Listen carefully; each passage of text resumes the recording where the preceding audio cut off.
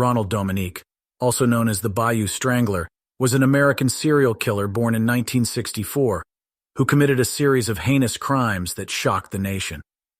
Between 1997 and 2006, Dominique murdered at least 23 men and boys in Louisiana, many of whom were homeless or sex workers.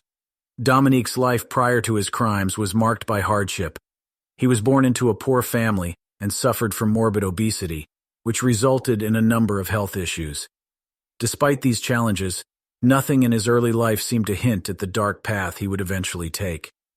His method of operation was chillingly consistent. He would lure vulnerable men with the promise of money for sex or a place to stay. Once he had gained their trust, he would bind them, rape them, and then strangle them to death. The bodies were then dumped in remote areas across 7 parishes in Louisiana. Despite the scale of his crimes, Dominique was able to evade capture for nearly a decade. His victims' marginalized status and the vast area over which the bodies were found made it difficult for authorities to connect the dots. However, his reign of terror finally came to an end in 2006 when a potential victim escaped and provided a description to the police. This led to Dominique's arrest, and in 2008, he pleaded guilty to 8 counts of murder. He was sentenced to 8 consecutive life sentences.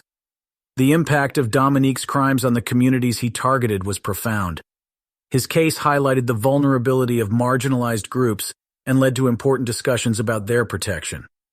It also underscored the importance of thorough investigations and cross-jurisdictional cooperation in solving complex cases.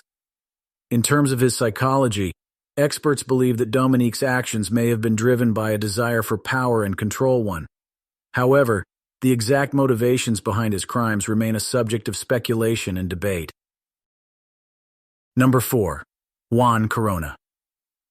Juan Vallejo Corona, born on February 7, 1934, in Outlan, Jalisco, Mexico, is a name that has been etched into the annals of American crime history.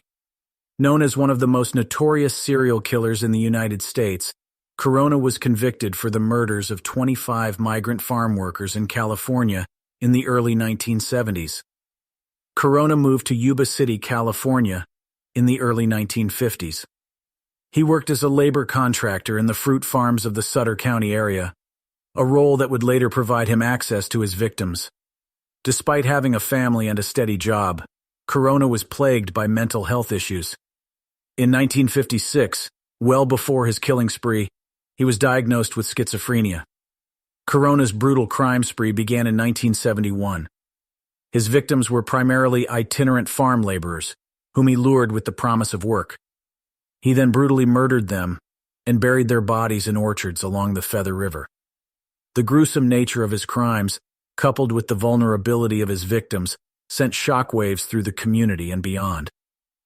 The discovery of a mass grave in 1971 led to an intense investigation that eventually pointed to Corona.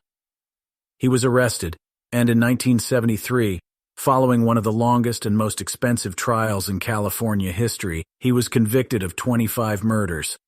Corona was sentenced to 25 concurrent life sentences.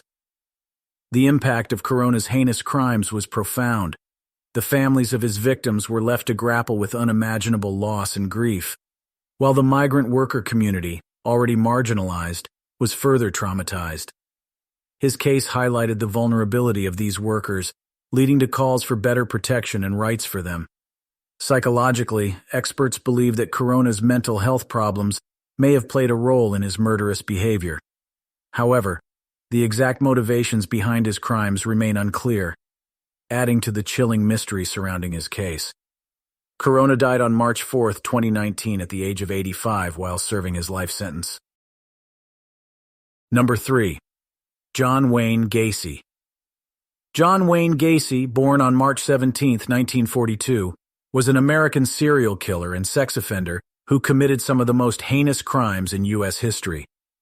Despite portraying himself as a friendly man who loved to entertain young children, often dressing up as his alter ego, Pogo the Clown, Gacy's seemingly ordinary life hid a dark secret. Gacy grew up in a working-class neighborhood in Chicago, Illinois. He had a strained relationship with his father, but despite his troubled childhood, Gacy seemed to be a model citizen in his adult life.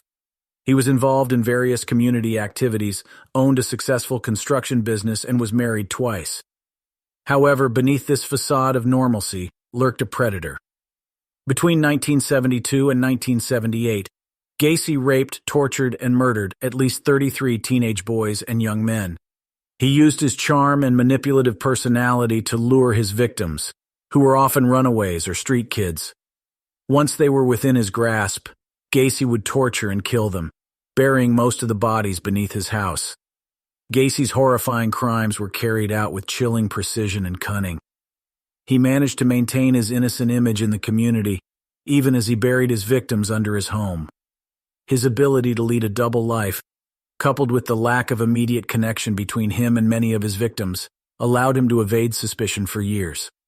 The true extent of Gacy's crimes came to light only when one of his intended victims managed to escape and alert the police. This led to an investigation that uncovered the gruesome burial ground beneath Gacy's house and ultimately resulted in his arrest. In the aftermath of his capture, Gacy was put on trial and in 1980 was sentenced to death for his crimes. He spent 14 years on death row before being executed by lethal injection on May 10, 1994. The impact of Gacy's crimes was devastating.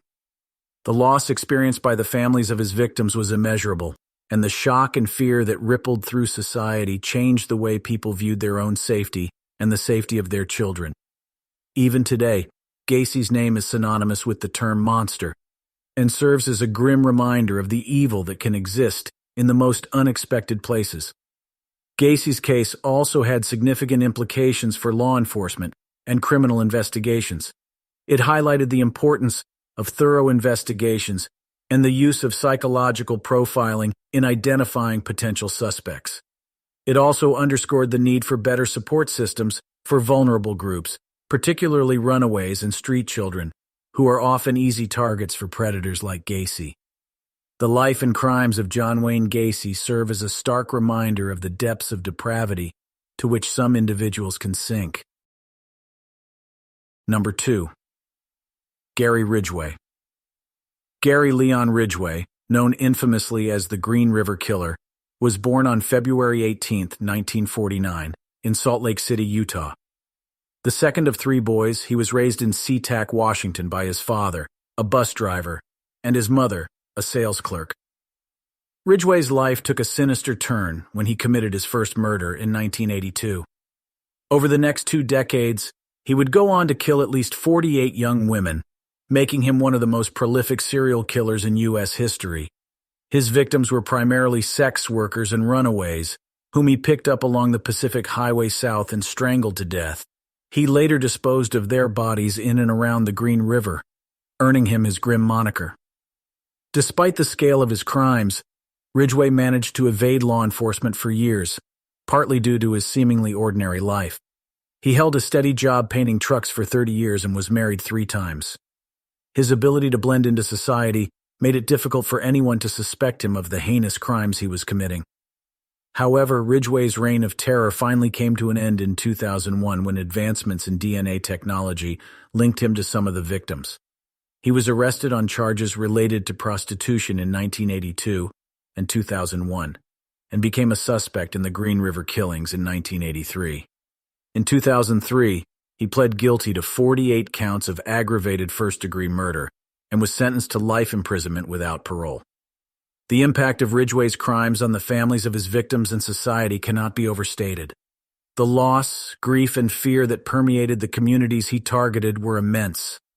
His case highlighted the vulnerability of marginalized groups and led to important discussions about their safety and protection.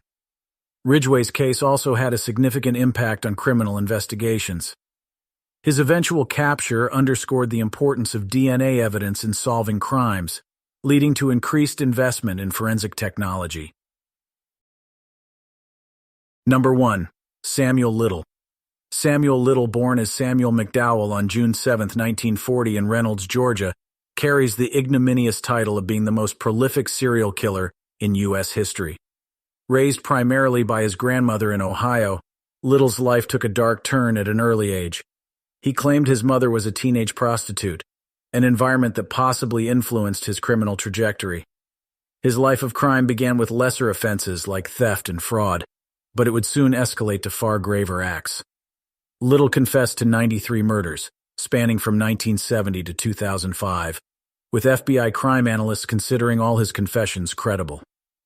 His victims were often marginalized women, many of them involved in prostitution or struggling with drug addiction, whose disappearances or deaths did not attract significant attention at the time. Little had a unique method of killing, which helped him evade justice for years. He would typically punch his victims and then strangle them, causing no obvious signs of homicide. This led many of these deaths to be attributed to overdoses or accidents. He also frequently moved between states, making it difficult for law enforcement agencies to connect the dots. Despite his heinous crimes, Little managed to stay under the radar for a long time. He was arrested several times for crimes like shoplifting and rape, but managed to avoid murder charges until much later in his life. His first arrest happened in 1961, but it wasn't until 2012 that he was arrested on a narcotics charge in Kentucky and extradited to California on an outstanding warrant for a narcotics charge. Once in custody, DNA evidence linked Little to 3 unsolved homicides from 1987 and 1989. In 2014, he was convicted for these crimes and sentenced to life in prison without the possibility of parole. It was only after this conviction that Little began confessing to other murders, leading to a reevaluation of numerous cold cases across the country. Samuel Little passed away on December 30th, 2020, in a California hospital. His death marked the end of a dark chapter in American criminal history. Still, the investigation into his confessions continues, as law enforcement seeks closure for the families of his many victims.